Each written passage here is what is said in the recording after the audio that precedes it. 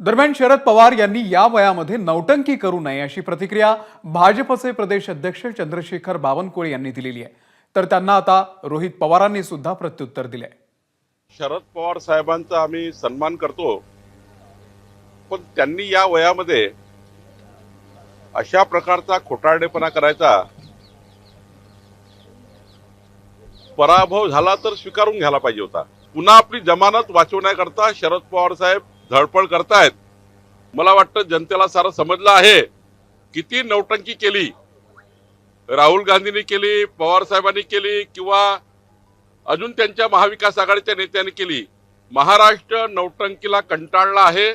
महाराष्ट्र विकासाच्या बाजूने आहे। एक तर तिथं असणाऱ्या सामान्य लोकांनी हिंमत दाखवली लोकशाही टिकवण्याची आणि बॅलेट पेपरवर मतदान व्हावं अशी इच्छा तिथं असणाऱ्या नागरिकांची होती। याच्याच तिथं जो प्रयत्न तिथं असणाऱ्या नागरिकांनी केला तो कुठेतरी सरकारकडनं पोलीस प्रशासन मोठ्या प्रमाणात तिथं गेल्यामुळे तो हाणून पाडला असं आपल्याला म्हणावं लागेल। याच्यातच लोकांची हिंमत आणि लोकांचा जो प्रयत्न याला पाठिंबा देण्यासाठी आदरणीय पवार साहेब आणि काही काँग्रेसचे नेते सुद्धा तिथं गेलेले आम्हाला समजतंय। एबीपी माझा, उघडा डोळे बघा नीट।